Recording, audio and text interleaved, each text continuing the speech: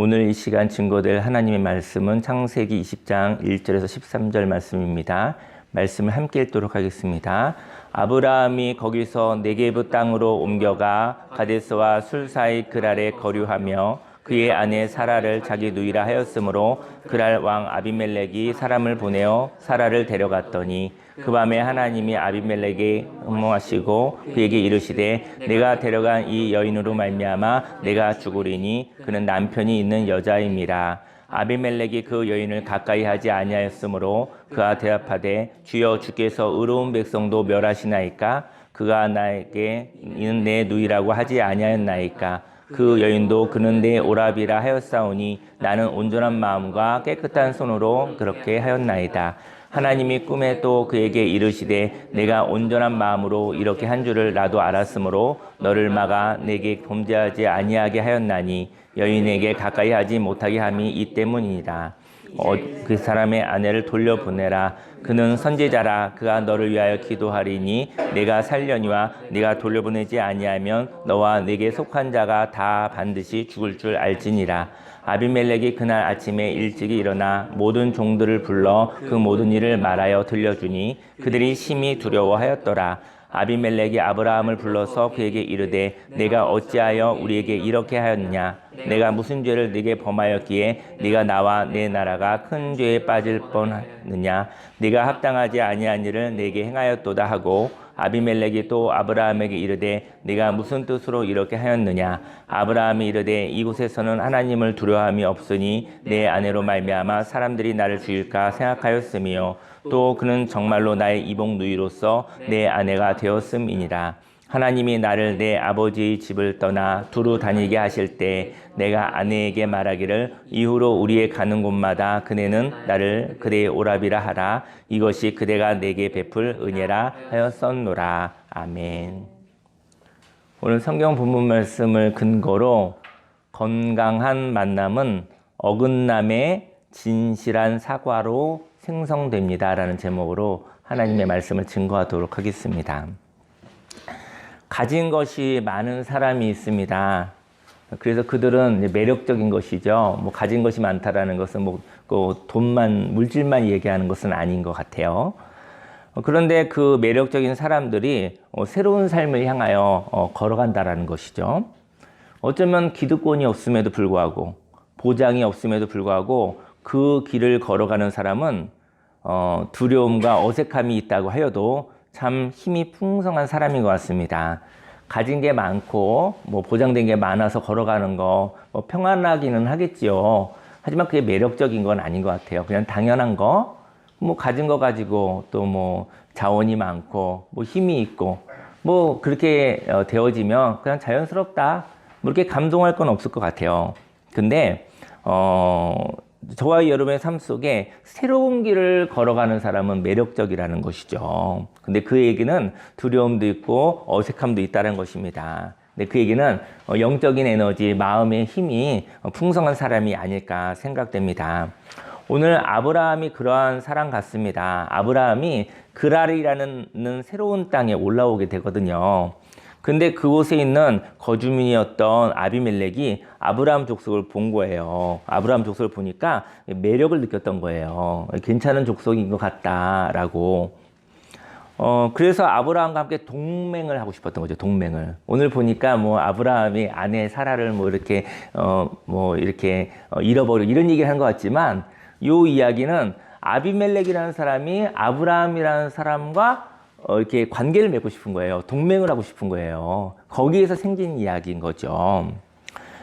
근데 이렇게 아브라함과 동맹을 맺고 싶었는데 상대편이 다가오는 것입니다. 상대편이 이렇게 다가오지만 그 다가옴을 향하여 아브라함은 미숙한 행동을 하죠. 미숙한 행동으로 아내를 잃어버릴 곤란한 상황에 빠지게 됩니다.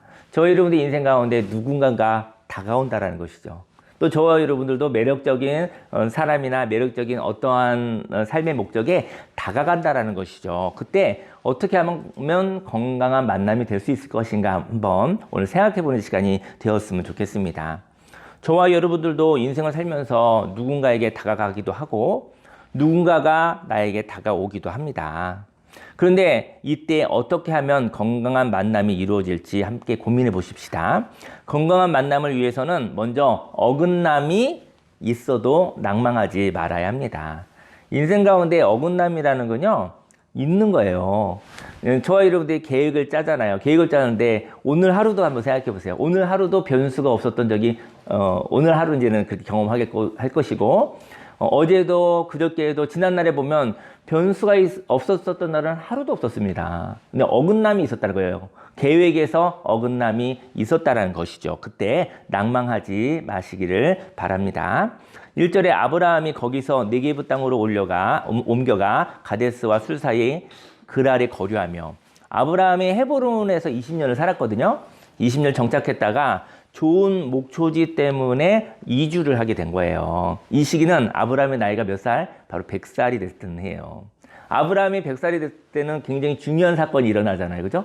아브라함이 100세, 그 다음에 사라가 90세 될 때 바로 약속의 자녀, 바로 이삭을 하나님이 주시는 선물을 의미하겠죠. 우리는 100세의 그 남자와 90세의 여자분이 어떻게 아기를 낳을까? 뭐 이렇게 따져보면 이게 참, 우린 그런 이야기를 하고 싶은 게 아니고요. 저와 인생 가운데 있어서 어떤 결정적인 날이 있다는 것이죠.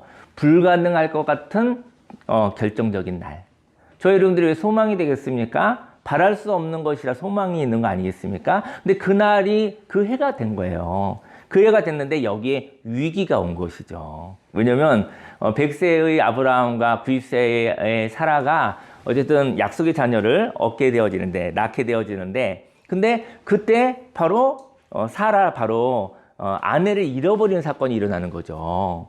바로 저와 여러분 인생의 목적 가운데서 어떤 열매를 보는 날에 바로 그때 위기와 시험이 있다는 것을 이야기하고 싶습니다.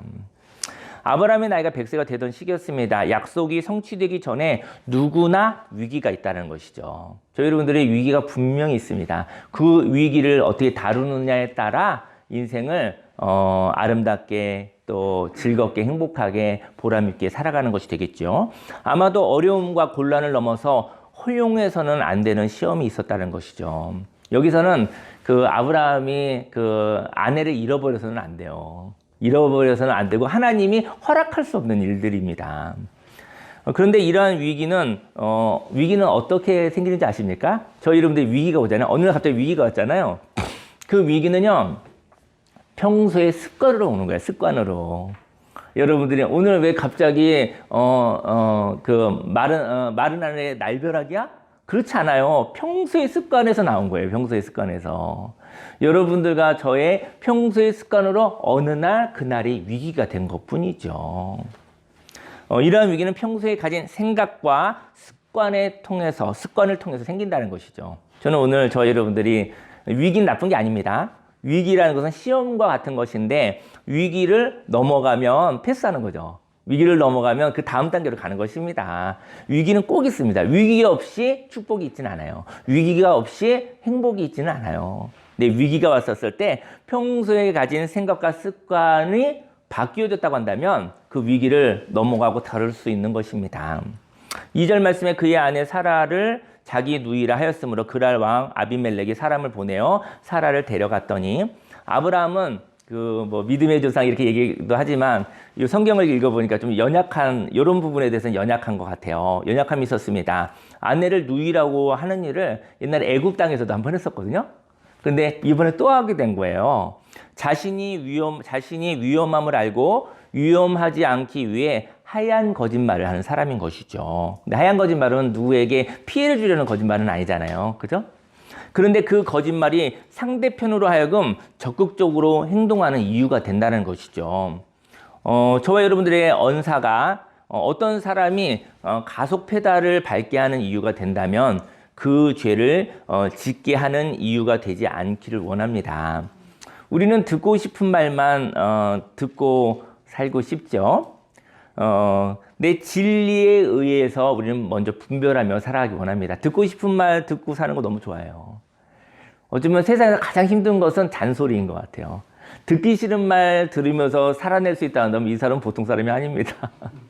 사람이 무너지는 것은 그냥 뭐 전쟁 이런 데서 무너지는 것도 아니고요. 어떤 살인자가 와서 위협해서 무너지는 것도 아니고요. 저와 여러분들이요, 가야 되는 길을 벗어나는 것은 듣기 싫은 말을 듣지 않기 위해서 간다는 것이죠.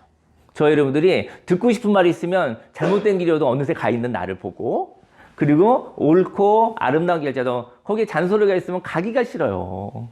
사실은 저와 여러분들의 말이 잔소리가 되지 않고 저와 여러분들이 격려하고 응원하는 말이 된다고 한다면 하나님의 말씀을 따라 살아갈 수 있을지 몰라요. 근데 저와 여러분들이 잔소리를 피하기 위해서 저와 여러분들의 인생도 어그러졌고, 또 저와 여러분들이 사랑하는 사람들이 잔소리 때문에 또 길에서 이탈할 때가 있다는 것이죠. 저희 여러분들의 이야기가 잔소리가 되지 않으시기를 예수님의 이름으로 축원합니다.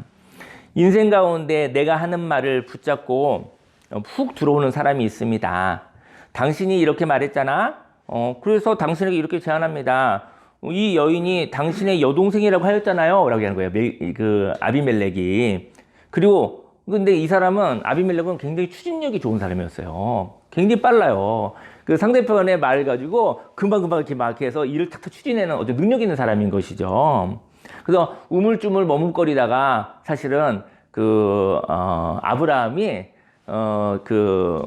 온전한 이야기를 못하게 됐던 것이죠. 이야기하는 것이죠. 당신의 여동생이라고 했잖아요. 그러니까, 나에게 아내를 주시오. 아니, 당신의 여동생을 나에게 주시오. 그랬던 것이죠. 근데 그때 사라의 나이가 90세였어요.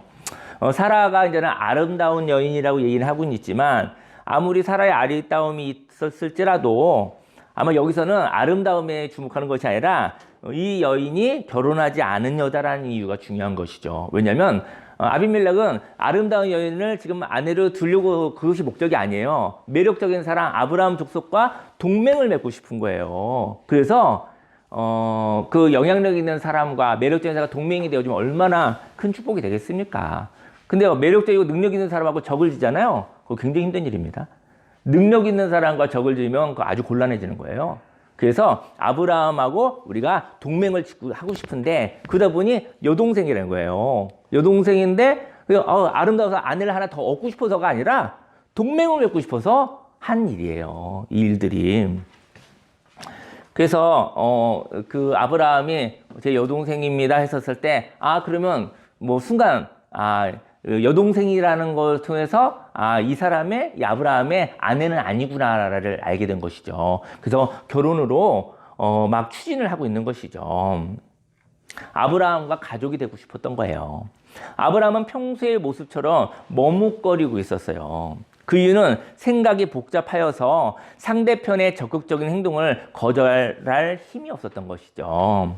상대편이 행동하는 모습을 거슬려서 자존심을 상하게 하여 적이 되고 싶지 않았어요. 그래서 머뭇거렸던 거예요. 이 지역의 유지들과 이 지역의 이 땅의 주인들과 적이 되고 싶지 않았어요. 그래서 그는 마음에 그 안전한 말만 하였던 것이죠. 그래서 아내라고 얘기하지 못하고 제 여동생입니다라고 안전한 말만 한 거예요. 하지만 그들은 아브라함과 동맹을 가지고 싶어서 어떤 말을 가지고 들어오는 것이었죠. 아브라함은 새로운 땅에 가서 다투고 쫓겨났었던 경험이 있습니다. 그래서 속내를 이야기하는 것이 불편했던 것이죠. 그리고 긴장하여서 경계하고 있었던 것입니다. 그래서 진실이라 할지라도 습관적인 말 외에는 말할 수 없었던 것입니다. 저희 여러분들이 새로운 삶을 살 때요, 두려워하거나 긴장하지 않으시기를 바랍니다. 새로운 땅에는 분명히 변수가 있습니다. 근데 이때 진실을 말할 수 있는 유연함이 있기를 예수님의 이름으로 축원합니다. 그러니까는 어쩌면 이렇게 여동생입니다 했는데 아비멜렉이 갑자기 적극적으로 뭔가 추진했었을 때 이때 아브라함이 잠깐만요. 근데 제 아내예요. 제 아내이기도 하면 이 얘기했으면 얼마나 좋았겠습니까? 근데 당황한 거죠. 여러분들 사람마다 속도가 달라요. 이게 찬찬하고 좀 이렇게 천천히 가는 사람은요, 뭐 이렇게 훅 들어오고 막 추진하는 사람 보면 놀래요. 놀래가지고 당황해가지고 말을 못해요. 제가 볼 때는 아비멜렉은 제가 어제 생각을 했는데 이 사람은 외향적인 사람인 것 같고, 여기에서는 그리고 아브라함은 좀 이렇게 심사숙고하고 내향적인 사람이지 않을까 생각이 들어요. 뭐 거짓말을 했다기보다는 막 추진력이 센 사람 앞에서 당황해가지고 어쩔 줄 몰라야 했었던 그런 아브라함으로 보일 수도 있겠다는 생각을 한번 해봅니다. 건강한 만남을 위해서 다음으로 회복을 위해서 하나님이 개입하신다는 것을 믿어야 합니다. 회복이 있어요, 회복이. 회복이 있는데 거기에 하나님이 개입하신다는 것을 믿으시기를 바랍니다. 3절 말씀에 그 밤에 하나님이 아비멜렉에게 현몽하시고 꿈에 나타나셨어요. 이르시되 너가 데려간 이 여인으로 말미암아 너가 죽으리니 그는 남편 있는 여자임이라고 얘기를 해주셨어요. 뭐 솔직히 말해서 아비멜렉은 별로 잘못한 게 없어요. 추진력 좋은 것밖에 없어요. 막 밀어붙이고 추진력이 좋은데 그 대신 보이지 않는 세계, 말하지 않은 이야기를 꿈꾸지를 못해요. 말한 것은 고지고대로 듣지만 말하지 않은 것은 상상을 못하는 사람이에요. 어떻게 직선적인 사람일 수도 있는 것이죠. 그래서 하나님이 이야기해 주신 거예요. 잘못하면 아비멜렉이 죽게 생겼어요. 왜냐면 그 족속들이 다 멸망하게 생겼어요. 그래서 하나님이 나타나신 거예요. 꿈으로. 사람은 자기 중심적이면 소극적인 사람의 비언어를 읽지 못합니다. 사라를 데려갈 때 아브라함은 말로는 못하였지만 곤란한 비언어가 있었을 것 같아요.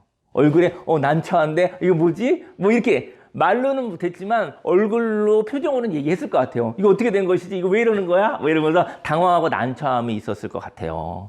근데 아비멜렉은 외향적이고 자기 중심적이다 보니까 다른 사람의 표정을 읽을 수 없는 사람인 거죠. 말로만 듣는 거예요. 말로만. 표정으로 다 이야기했는데. 그럴 수 있는 거예요. 아비멜렉은 목표 중심적인 사람이었기에 무언가 이상한데 하지만 그 이상을 상상할 수는 없었어요. 뭔가 이상한데 정도밖에 모르겠는 거예요. 뭐 이상한가 보지 이러고 갔겠죠. 여기에 무의식이 꿈을 통하여 열려 있었습니다. 그가 이제는 하나님이 열려있는 영에게 말씀하신 것이죠. 무의식. 그가 잠잘 때, 의식이 잠들었었을 때, 그때 무의식이 바로 하나님이 이야기를 하신 것이죠. 아비멜렉에게 존재적으로 무엇인가 변해 있었습니다. 무슨 얘기냐면요. 아비멜렉이 바로 하나님의 일을 맡고 있었던 거예요. 100세와 90세에 이제는 이삭이 태어나는데 하나님의 계획에 의해서 일어날 그 해에 아비멜렉이 자기의 적극적인 행동으로 인해서 하나님을 맡고 있었던 거예요. 하나님의 역사를 맡고 있었던 것이죠.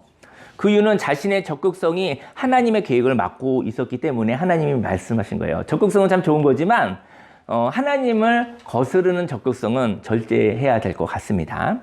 하나님이 아비멜렉에게 말하고 싶으셨습니다. 너가 하나님의 계획을 막았다고, 그리고 너가 죽게 되었다고 말이지요. 하지만 너가 모르고 있으니 하나님의 가는 길에서 비켜서라 라고 말하신 거예요. 피하라고 말하고 싶으셨던 것이죠. 4절에 아비멜렉이 그 여인을 가까이 하지 아니하였으므로 그가 대답하되 주여 주께서 의로운 백성도 멸하시나이까? 이제는 아비멜렉이 이제는 깨달았어요. 아비멜렉이 말합니다. 하나님, 저는 완벽하지 않습니다. 그러나 저는 몰랐습니다. 저는 의로운 백성인데, 의로운 백성이라는 것은요, 하나님의 진노하심에 대해 두려워할 줄 아는 사람을 의로운 백성이라고 한대요. 아비멜렉이 당시 소돔과 고모라에 내린 하나님의 심판의 소식을 들었잖아요. 적어도 아비멜렉은 하나님의 말씀을 알면 그 말씀대로 살려고 했었던 사람인 것이죠. 다만 하나님의 뜻을 몰라서 괴로운 사람이었던 것입니다. 하나님이 말씀하시면 저는 그대로 행동할게요. 말씀하시면 하나님의 말씀대로 살 거예요. 내가 몰라서 그래서 이렇게 황변하고 있는 거예요. 저한테 기회를 주십시오라고 얘기한 것이죠. 5절 말씀에 그가 나에게 이는 내 누이라고 하지 아니하였나이까? 아브라함이 자기 누이라고 했어요. 그리고 그 여인도 그는 내 오라비라고 했어요. 나는 온전한 마음과 깨끗한 손으로 이렇게 했습니다. 온전한 마음이란 잘못에 고의가 없었다는 걸 의미하거든요. 사라를 남편이 없는 여인으로 인식하고 전 데려온 거잖아요. 그리고 깨끗한 손은 그들 강압적으로 한 건 아니잖아요. 강압에 의해서 한 것이 아니라 합법적인 행동을 제가 하였다고 말을 하는 것입니다. 6절 말씀에 하나님이 꿈에 또 그에게 이르십니다. 말하되 네가 온전한 마음으로 이렇게 한 줄을 나도 알았으므로 너를 막아 내게 범죄하지 아니하게 하였나니 여인에게 가까이 하지 못하게 함이 이 때문이니라. 범죄는 누구한테 하는 것일까요? 예, 사람끼리는요 좀 뭐 딱 범죄라고 얘기하기엔 좀 그래요. 사람끼리는 그냥 이해관계가 있어요. 좀 더 유리하고 불리하고 이런 거예요. 왜냐면 사람은 이게 그 온전한 기준이 아니에요. 이랬다 저랬다 하잖아요. 범죄는요, 하나님께 하는 거예요. 하나님께 범죄하지 않게 하기 위해서 꿈을 통해서 하나님 말씀하신 것이죠. 범죄란 사람에게 하는 것이 아닙니다. 범죄란 하나님께 하는 것입니다. 아비멜렉은 자신의 범죄를 의식으로는 알 수가 없었어요. 왜냐면, 그쵸? 남편 있는 여인을 데려왔잖아요. 그러니까 범죄죠. 근데 그 하얀 거짓말에 의해서 현실은 범죄가 된 거예요. 범죄가. 현실은. 모르고 했어도 남편이 있는 여인을 데리고 온 거예요. 근데 몰랐으니까 여기는 아브라함의 흠도 있잖아요. 그러니까 아브라함하고는 이야기할 만한 거예요. 근데 하나님 앞에서는 그 남편이 있는 여인을 탐하게 된 거죠. 그죠? 그래서 가르쳐 준 거예요. 모르고 한 일에도 하나님 앞에서의 깨달음을 통해서 사실 돌이킴이 필요하다라는 것이죠.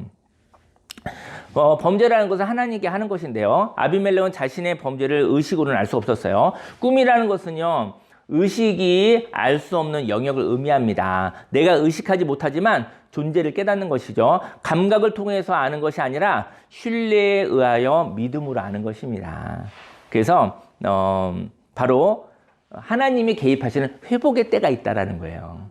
저희 여러분들이 낭망할 때도 있겠죠. 분명히 인생의 가운데에서 우리가 여러 가지 어긋남이 있었잖아요. 근데 거기에 회복의 시기가 있고 회복의 때 하나님의 개입이 있다는 것을 잊지 않으시기를 예수님을 축원합니다. 또 건강한 만남은 세 번째 마지막으로 사과를 통하여 용서를 받을 때 생겨납니다.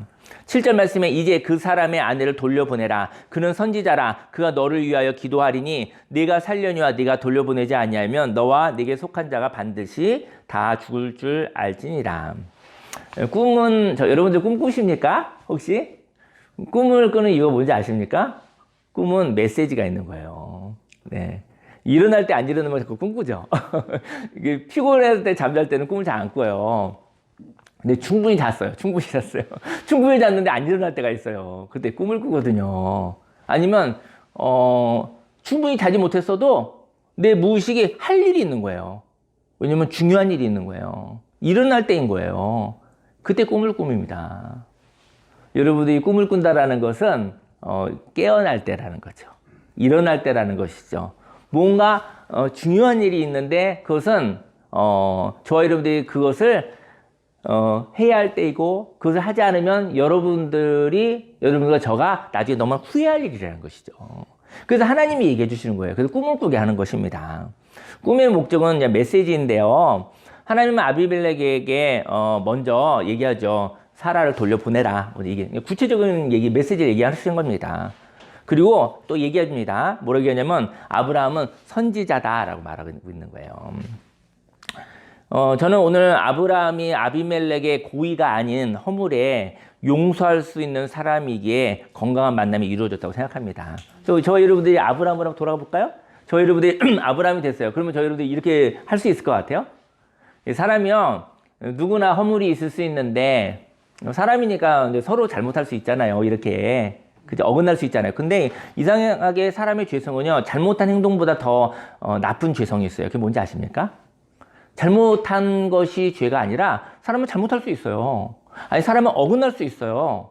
근데 어떠한 어긋남이 있었을 때, 내 책임은 아니라는 거죠.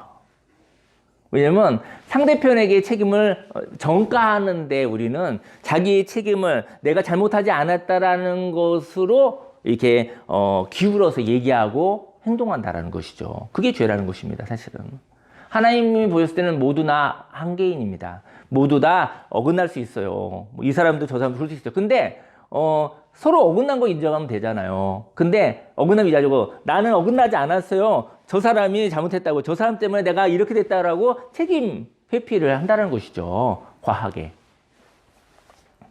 근데 만약 아브라함도 그럴 수 있었을 거라고 생각해요. 아브라함도 그럴 수 있을 것이라고 생각합니다. 선지자라는 것은요, 하나님의 계시를 받아 말하는 자, 인간의 뜻을 하나님께 전하는 중재자를 의미합니다. 선지자란 무엇일까요? 선지자가 아니라면 이 아브라함이 당황했잖아요. 당황한 경험을 통하여 그 경험을 용서하지 않았을 거라는 것이죠. 그러니까 자기 잘못 아니라고 발뺌했을 가능성이 있다는 것이죠. 그리고 하나님의 기준이 없어서 균형을 갖지 못한 사람입니다. 만약 아브라함이 선지자가 아니었다면 아비멜렉의 적극적인 행동에 의하여 본인은 압력을 받았다고 거짓말했을 거예요. 물론 적극적인 행동이지만 본인도 한계 있잖아요. 본인도 용기를 못 냈잖아요. 그런데 저 사람이 그렇게 함으로 인해서 적극적으로 난 잘못 없어 이렇게 치우치게 얘기했을 수도 있다는 것이죠. 그리고 본인은 압력을 받았으며 그 압력에 의하여 본인은 거짓말할 수밖에 없었다고. 그러니까 자기가 이제는 용기 있게 말하지 못했는데 거짓말할 수밖에 없었다고 책임 전가를 저쪽에다 다 했을 거라는 것이죠. 이번에 있었던 일은 모두 다 아비멜렉의 잘못이라고 할 것입니다. 선지자가 아니었더라면. 그리고 아브라함은 소극적인 사람이라 만일 아비멜렉이 돌이켜서 사라를 보내고 아브라함에게 와서 본인의 적극적인 행동으로 인하여 마음이 상하지는 않았는지 마음을 물어보지 않았다면 아브라함은 내향적인 사람이라 아무 말도 하지 않았을지도 몰라요.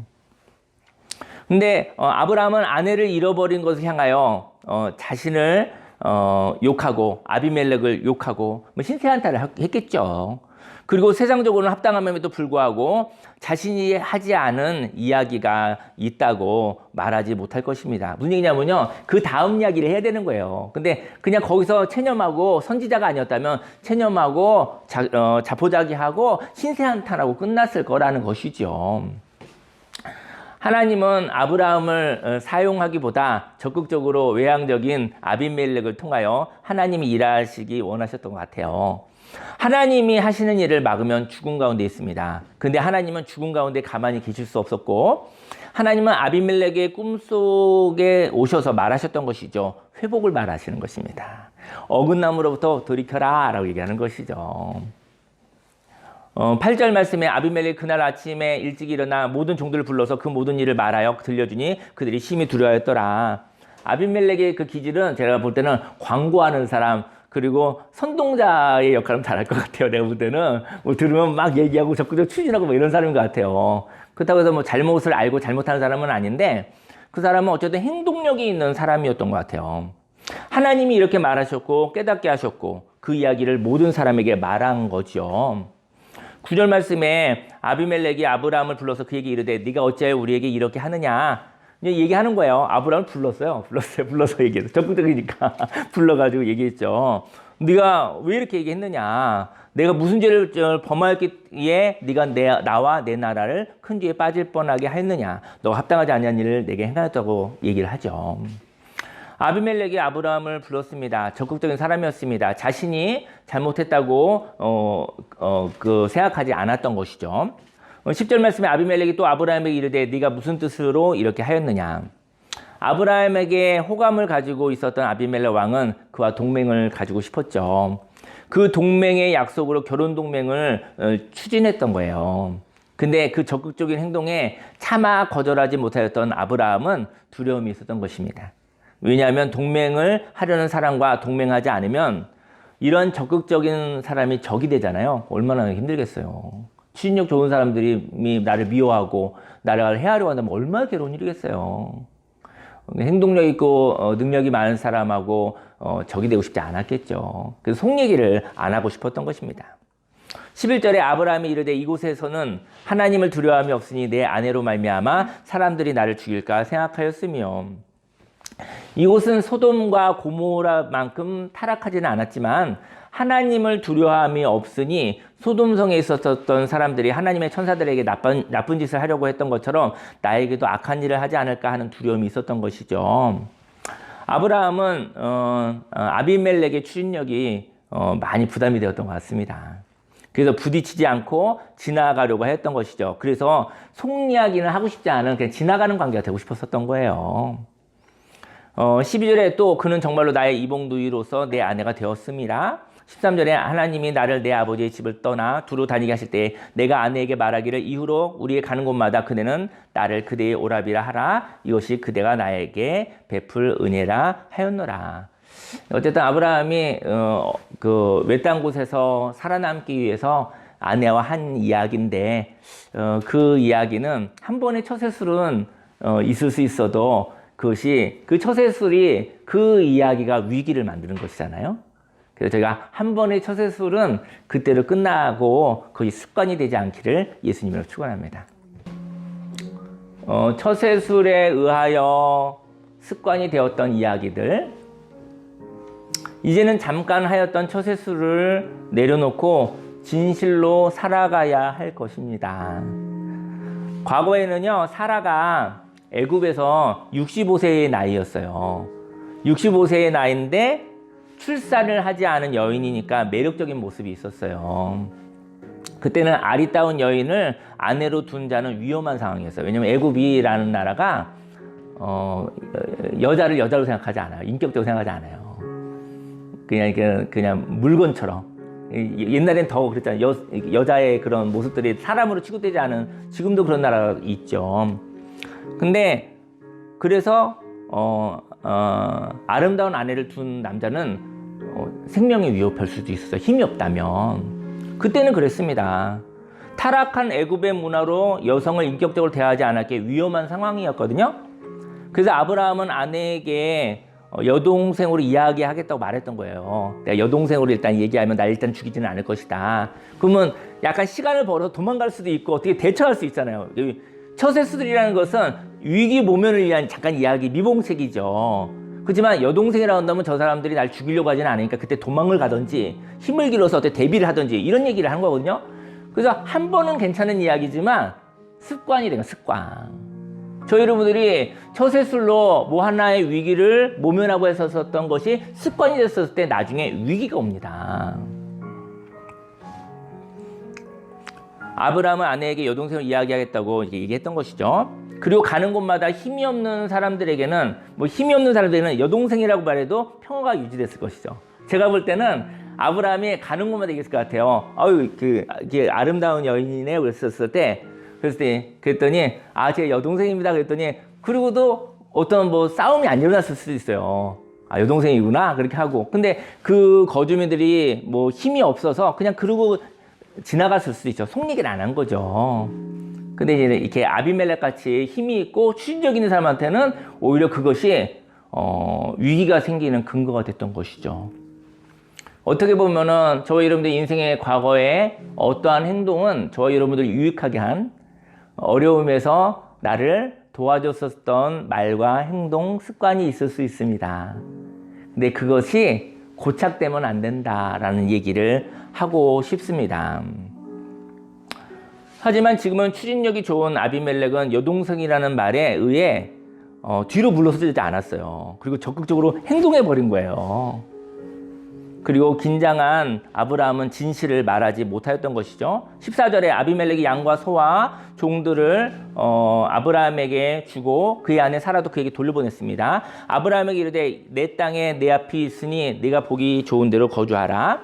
사라에게 이르되 내가 은청계를 네 오라비에게 주어서 그것서 너와 함께한 여러 사람들에게 너의 부끄러운 수치를 가리게 하였노니 다 일이 해결됐다라고 얘기를 했어요. 사과를 한 것이죠. 아브라함이 하나님께 이제 기도합니다. 선지자로서 치우친 마음으로 기도하지. 저 여러분들은 그럴 것 같아요. 저 여러분들이 어긋난 일이 생기면, 힘든 일이 생기면 그때 하나님의 마음으로 용서하시기를 예수님을 축원합니다. 하나님이 아브라함이 치우친 마음으로 하지 않았어요. 책임전가 아비멜렉이 하지 않았어요. 만약 여기서 아브라함이 아비멜렉 너가 잘못해서 그런 거야 라고 했었으면 결국은 싸워야 되는 거예요. 결국은 전쟁을 해야 되는 거예요. 적이 돼야 되는 거예요.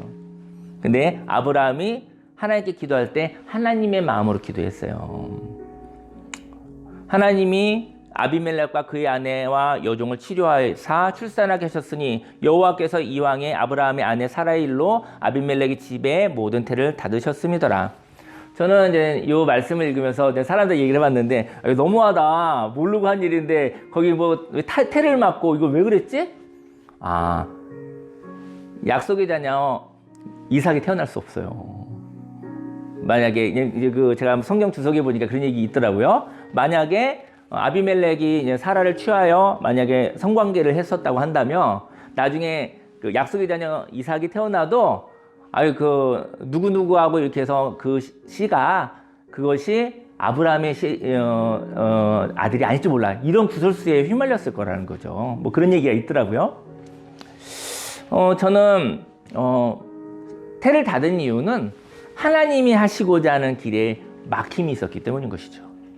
그리고 모르고 한 사람들에게는 그는 사과할 수 있는 기회를, 그죠? 그리고 회복이 일어나게 되어졌던 것이죠.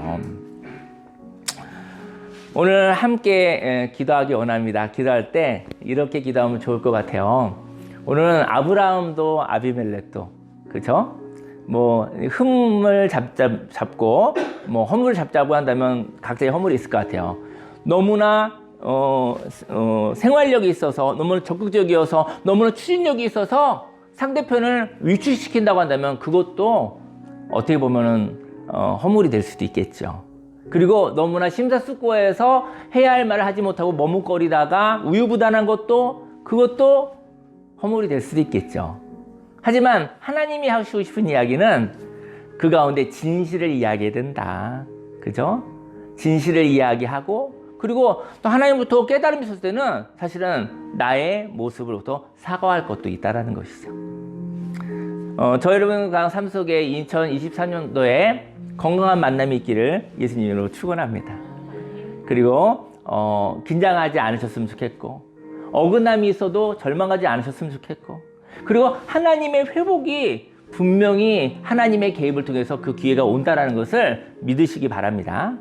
그리고 사과할 것이 있다고 한다면 사과를 하고, 그리고 회복할 것을 두려워하지 않으시기를, 하나님의 마음으로 저와 여러분들이 함께하는 그런 삶을 살아가시기를 예수님 축원합니다. 주여 삼창하고 기도하시겠습니다. 주여, 주여, 주여. 할렐루야, 할렐루야, 할렐루야, 할렐루야. 살아계신 하나님 아버지 감사합니다. 오늘 아브라함의 이야기와 아비멜렉의 이야기를 통해서 하나님 아버지 모양이 다른 사람의 이야기를 보았습니다. 하나님, 아브라함은 외딴 곳에, 새로운 곳에 가서 정착하고 살아가려고 하니 하얀 거짓말을 하여야 될 때도 있었습니다. 그래서 위기를 모면해야 되는 그러한 일들도 있었습니다. 하지만 그래서 그 모습이 한때의 처세술로 끝나고 지나가야 되는데 그것이 습관이 되지 않게 원합니다. 인생 가운데 위기를 모면했었던 경험이 내 습관이 되지 않게 하소서. 하나님, 그런 한 번 정도 있을 수 있는 일이지만 그것이 삶의 태도가 된다고 한다면 너무나 소중한 것을 잃어버릴 수 있는 아버지의 위기를 불러오는 것일 수 있다는 것을 깨닫게 하여 지게 하여 주옵소서. 하나님 아버지, 또 아비멜렉의 그 적극적인 그 모습들, 아버지 추진력이 좋은 모습들 아름답게 쓰임받게 해주시고, 또 그러한 적극적인 모습이 또 마음이 약하고 또 마음이 이렇게 또 온유한 자들에게, 그들에게 만약에 위축되게 하는 그런 일이 있다고 한다면 하나님 그것 또한 볼 수 있는 그러한 모습이 되길 원합니다. 하나님께서 인생 가운데 어긋남이 있었을 때 절망하지 말라. 그리고 또 회복의 시기가 오니 회복의 시기, 그 기회에 하나님이 말씀하시고, 또 하나님이 말씀하시면 그 말씀을 따라 회개하고 돌이키고, 그리고 사과하고, 아버지 그렇게 행동을 할 수 있는 사람들이 있다는 것을 알게 하시니 감사를 드립니다. 하나님 아버지, 오늘 아브라함의 모습을 통해서 생각을 해봅니다. 그는 선지자라, 그는 하나님의 뜻에 의해서 균형이 있고 하나님의 뜻에 따라 말하고 행동하는 사람이라 라고 하나님께서 그를 말하여 주셨습니다. 하나님 아버지, 우리도 또한 하나님의 영으로 살아가는 자가 되게 하여 주옵소서. 건강한 만남 가운데 어긋남이 있어도 절망하지 말게 해 주시고, 하나님 아버지, 그때 하나님 아버지 하나님의 개입, 하나님의 은혜를 바라며 또 그때 하나님의 뜻을 따라 행동하는 삶을 살아가게 하여 주옵소서. 2023년도에 귀한 만남들이 많이 있기 원합니다. 좋은 만남들이 많이 있기 원합니다. 하나님 아버지, 전적으로 누구의 잘못도 아니며 전적으로 또 누구의 잘한 것도 아니며 사람들 사이에 또 지혜롭지 못함이 있을 수 있습니다. 아버지, 서로 용서하고 또 나도 용서하고 아버지 새로운 삶을 시작하게 이를 원합니다. 하나님 함께하여 주옵소서. 하나님 아버지, 오늘 예배를 받아주시니 감사를 드립니다. 예수님의 이름으로 감사하며 기도했습니다. 아멘. 기도하겠습니다. 할렐루야. 살아계신 하나님 아버지, 인생 가운데 어긋남이 있습니다. 어긋남이 있었을 때 절망하지 않게 하소서. 또 인생 가운데 회복이 있다라는 것을, 하나님이 주시는 회복의 기회가 있다는 것을 의심하지 아니하고 그때를 기다릴 수 있게 하여 주옵시고 하나님 아버지 그날을 바라보게 하여 주옵소서. 하나님 아버지 또 우리의 또 어긋남을 향하여 나 자신도 돌이킬 모습이 있으며 또 상대편을 향하여서 우리가 또 사과의 모습으로 할 수 있는 그런 일들도 있음을 주 앞에 고백합니다. 하나님의 뜻을 따라 행동함으로 하나님 아버지 건강한 관계가 만남이 이루어지게 하여 주옵소서. 하나님 아버지 2023년도의 삶 이제 1월을 지나니 2월로 갑니다. 하나님 아버지 변수가 없지는 않지만 그 변수가 있을 때 하나님의 말씀으로 지혜롭게 살아가게 해주시고 생기 있게 활기 있게 생명이 넘쳐나게 살아가게 하여 주옵소서. 예수님의 이름으로 기도드렸습니다. 아멘. 네, 광고 드리겠습니다.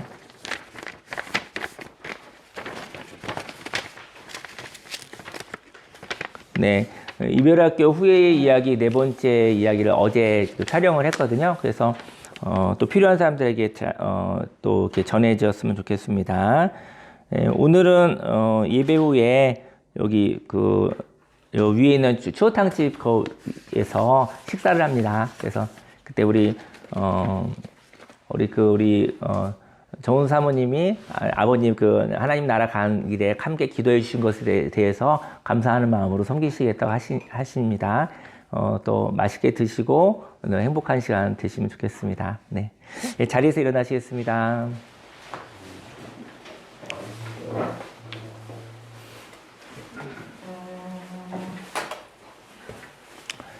기도하겠습니다. 할렐루야. 살아계신 하나님 아버지 감사합니다. 마음을 드리고 시간을 드리고 물질을 드리고 무엇보다도 삶의 태도의 변화를 하나님께 예물로 올려드립니다. 하나님 습관이 되지 않게 하소서. 하나님의 영으로 하나님의 뜻을 쫓아 날마다 새롭게 살아가게 하여 주옵소서. 한때의 좋은 경험이 우상이 되지 아니하고 한때의 좋은 경험으로 지나가게 하여 주시고 날마다 새롭게 하시는 그 하나님과 예배드리며 살아가겠습니다. 이 결단을 예물로 받아주시사 하나님 축복하시고 100배, 60배, 30배 열매 맺어 내가 살고 또 가정이 살고 또 교회와 사회가 살고 대한민국과 온 세계 열방이 생명 있게 살아나게 해 주옵소서. 하나님 아버지여 이 예물을 하나님께 올려드립니다. 기쁨으로 받아주시옵소서. 예수님의 이름으로 기도했습니다. 아멘. 지금은 우리 구주 예수 그리스도 십자가 대속의 은혜와 하나님의 그 놀라우신 사랑과 성령님의 내주교통 운행 함께 하심이 인생의 어긋남 가운데 절망하지 아니하고 하나님이 개입하시는 회복의 시기 반드시 있다고 믿게 하시고 그리고 하나님의 뜻을 쫓아 행동하며 살아가겠다고 작정한 모든 하나님의 백성들 머리 위에 지금부터 영원히 함께 있을지어다.